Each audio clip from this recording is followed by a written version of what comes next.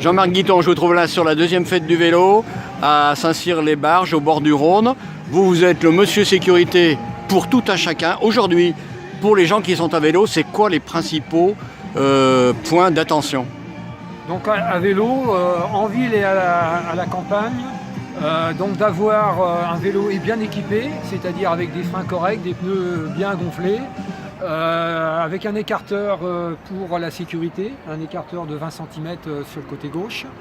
Vous avez donc obligatoirement un gilet jaune pour la sortie de ville, c'est obligatoire, faut le savoir. Donc avoir un casque bien sûr, avoir un casque approprié, bien attaché. Un bon éclairage aussi peut-être? Un bon éclairage, ça c'est pour la ville, et pour la nuit.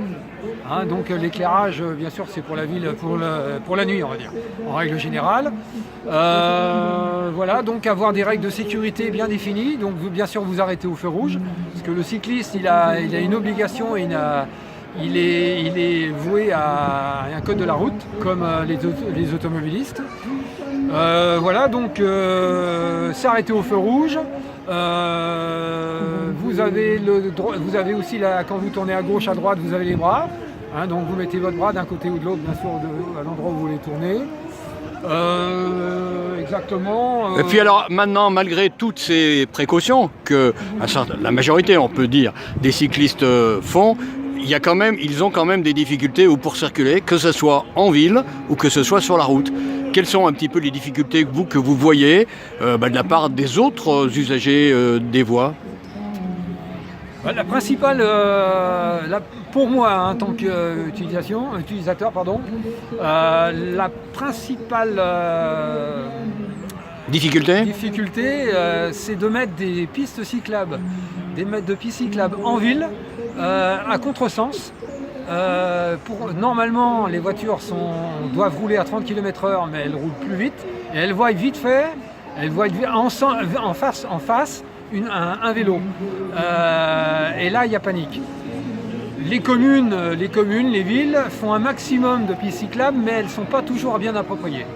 Voilà. Il y en a un peu trop à mon goût.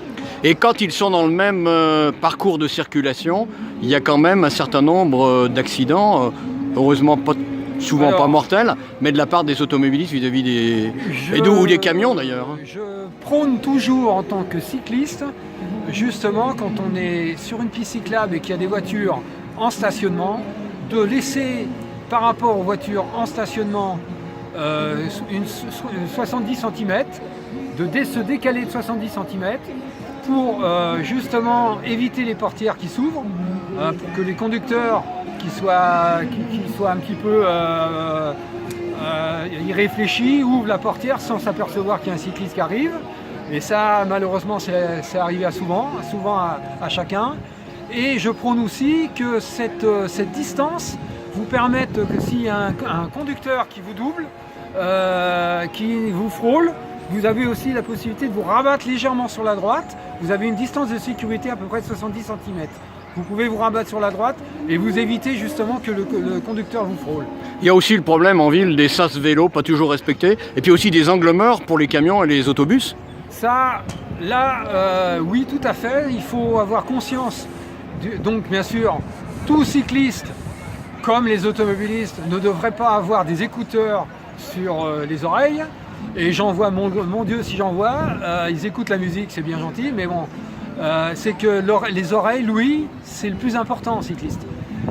Donc, c'est ce qui nous permet justement d'entendre. Et donc, suite à votre question, si vous entendez une voiture derrière, bon, c'est peut-être moins grave qu'un camion. Un camion, vous savez que il va vous doubler aussi. Par contre, le camion, il a une portée, il est long. Et donc, il pourra peut-être vous doubler et tourner d'un seul coup sur la droite. Ça, il devrait attendre, mais ça s'avère vrai. Il vous double et il tourne sur la droite. Et là, il y a un angle mort. C'est à vous de réduire votre vitesse. Vous savez qu'en ville, ou sur les pistes cyclables, vous ne devez pas aller plus de 20 km/h sur les pistes cyclables. Sinon, c'est sur la route et c'est à vos risques et périls.